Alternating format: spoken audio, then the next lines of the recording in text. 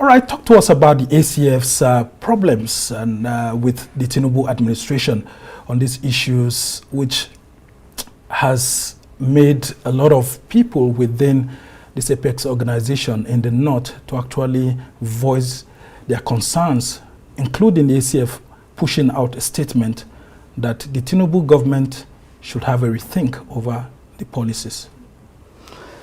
Thank you very much. Well, to understand the position of the Area Consultative Forum and I believe majority of Northerners now is to first of all go into a little bit of history so that the people will now be able to understand why Area is feeling a bit apprehensive. Anybody my age and above will remember how prosperous this country was, and especially the northern region, based on the agricultural output and activity of the majority of our population. Then there was the discovery of oil, and then everybody forgot about agriculture, and the rush into oil had caused a very serious deficit in the performance of agriculture and food production, and therefore making the economy work in various directions. That rush has left, obviously, when there are less activities in agri sector, means that there will be less economy and economic activity and money and prosperity in those areas that depend entirely on agriculture, which is northern Nigeria.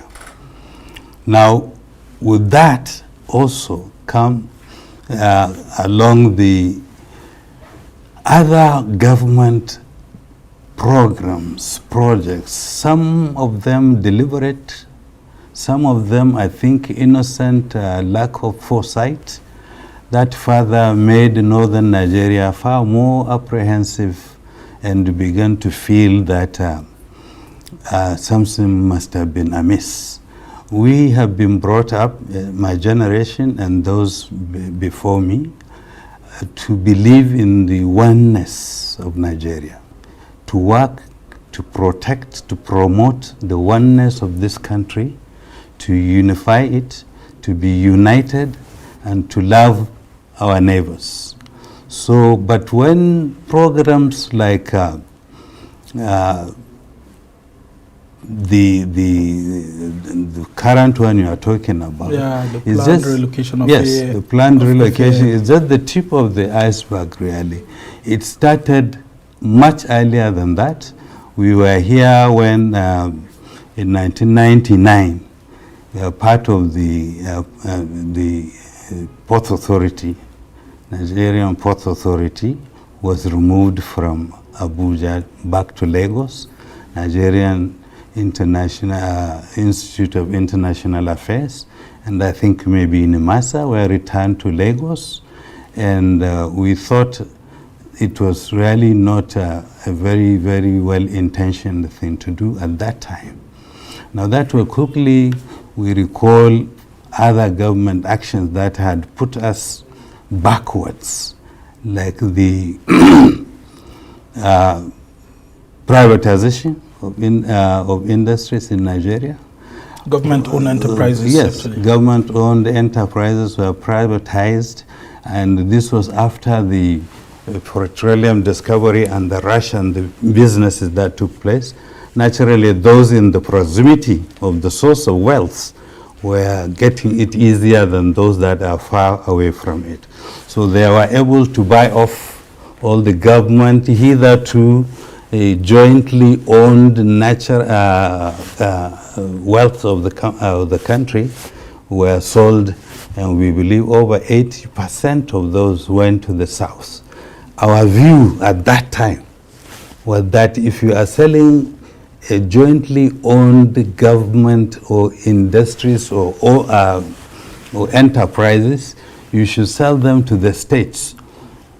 To state governments. To state governments who will now hold in trust to individuals, so that you can sell to individuals and states, and where the states cannot be able to sell all, will keep in trust. So that in the end, the ownership is still going to be, well, the enterprises will still be privatized, but the ownership will still be Nigerian. Unfortunately, that didn't happen that way. So that one also pushed the North backwards in terms of resources, in terms of economic activity. Yeah, but some of these enterprises were also bought by Northerners. Yes. I mean, a whole lot of Northerners. And you and I will quite agree that Lagos is the financial capital of Nigeria. So if the CBN is actually moving some departments to Lagos to, according to it, allow for effectiveness and functionality, why should the ACI be kicking against that? And moreover, some others are also saying that the airports, the federal airports of Nigeria, will function much more better in Lagos than in Abuja. As you had mentioned previously, NPA was moved from Abuja to Lagos because the ports are in Lagos. And then you have NIIA, which, I mean, the foundation was in Lagos, but eventually it was taken there. So isn't the ACF considering the reality on ground and then, of course, the decisions of government? If you talk about transferring FAAN to Lagos because there are more airline activities in Lagos than in Abuja, then you should take the Ministry of Commerce to Onitsha or Kano, because there is far more commercial activities in Onitsha and Kano than in Abuja. You should take the Ministry of Education or Agriculture to Makati, where there is a lot of agricultural activity and food production. You can distribute these ministries to locations according to the kind of activity you can identify. But that is not the intention or the reason or the purpose of establishing a federal capital territory. It's supposed to be in itself a symbol of unity, a symbol of togetherness of this country. The moment you start dismembering ministries back to Lagos, first you are establishing a precedence, which means next government it comes on and it doesn't happen to come from the south, will now return them or transfer others from Lagos back to Abuja, and it will or maybe Kaduna also. Or Kaduna or Sokoto or Calabar or things like that. So the intention really is to make institutions symbolic of our unity, symbolic of the purpose of this country, and not to give reasons. If you say congestion, when you mention congestion in relation to cities, anybody you talk about congestion will first think of Lagos before he thinks. But well, the CBN is saying that it's building, the CBN headquarters here is supposed to actually house 3,000 employees, but it has over 4,000. And the CBN spends money sending its own staff to go to Lagos to spend 2 months, 3 months to do certain jobs, which normally should have been domiciled in Lagos, and that is spending so much. So for effectiveness, the CBN is saying that it wants to decongest its headquarters. And people are wondering, why is the ACF or why are northerners or northern leaders or elites actually having a problem with that? First of all, the CBN building and the staff must have been in Abuja for nearly 30 years now. Yes. And we never heard about this until suddenly it came up. That's one. Two, we know that in Lagos, the banking supervision department is very strong. In Lagos already, it never moved to Abuja. So it could still do its function there.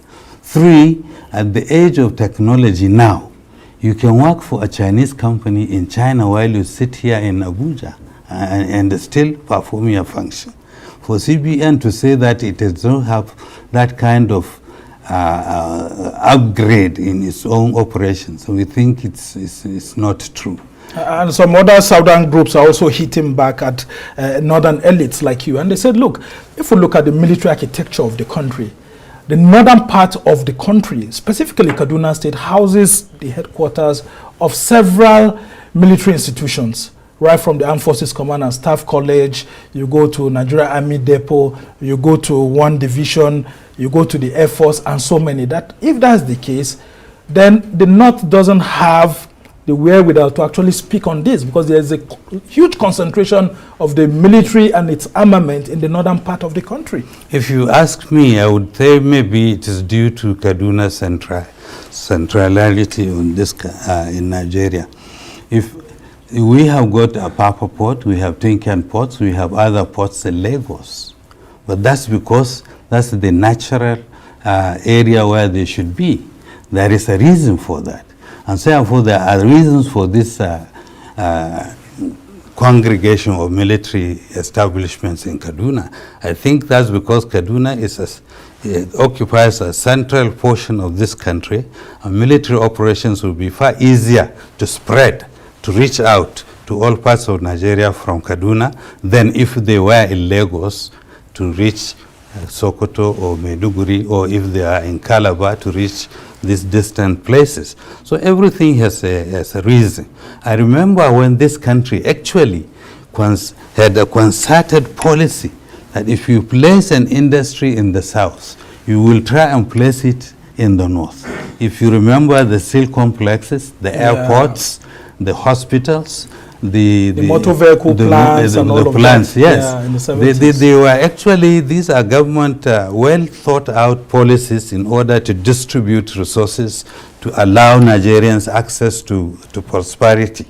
But they have been long abandoned and not pursued. And you've made me to actually remember what General Murtala Mohammed had said while he was instituting the Federal Capital Territory, which is Abuja and FCT. He has said in his maiden broadcast on the establishment of the Federal Capital Territory that Lagos will specifically serve as the economic capital of Nigeria, and that Kaduna, Port Harcourt, and Enugu will be developed alongside Lagos and Abuja to ensure that it deflects the powers within the country and not to allow the FCT to become a replica of Lagos, which they were running from, and for Lagos not to be left out because, of course, it's the economic capital. Now, the North has been in power for several years, and people are wondering why Northerners are not seeing this from a national perspective. They say that this point you're bringing against President Tinubu is from a narrow-centered perspective. How do you reply to such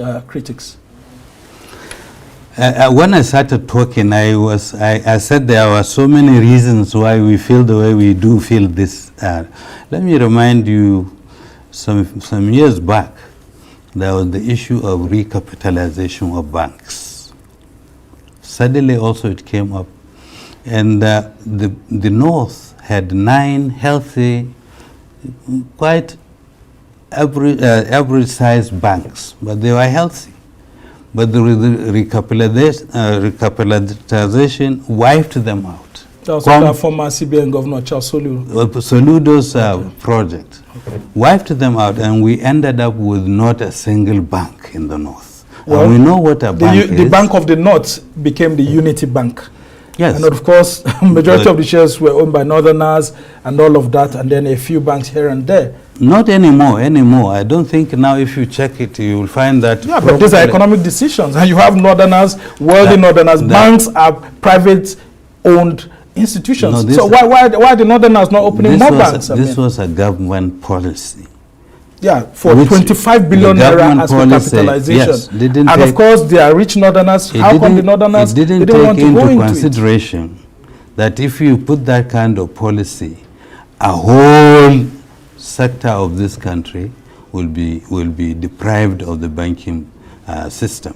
But that's not even the problem. After that, after we lost 9 banks, then the central bank continued to prop up other banks that it has saved with the jointly owned resources of this country.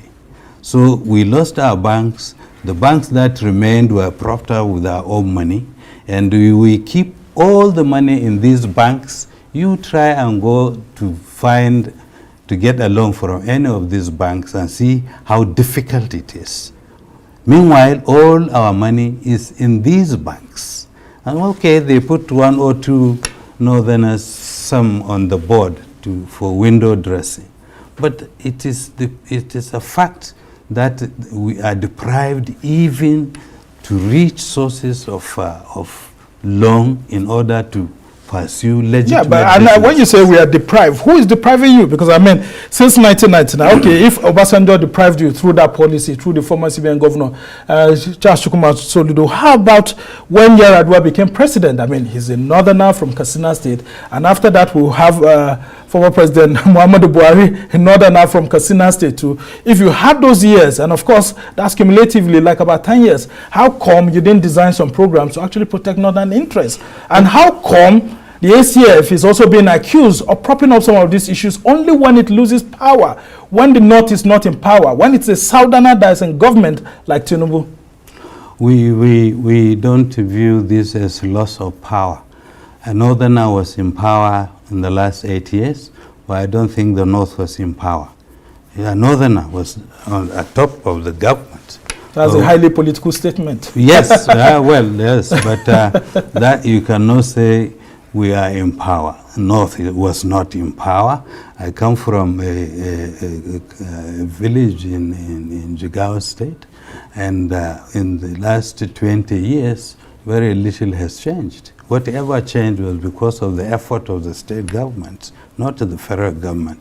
You can tell so many other towns in Nigeria, in northern Nigeria, that had not changed in any way, that had not experienced any federal patronage because the northerner was in government.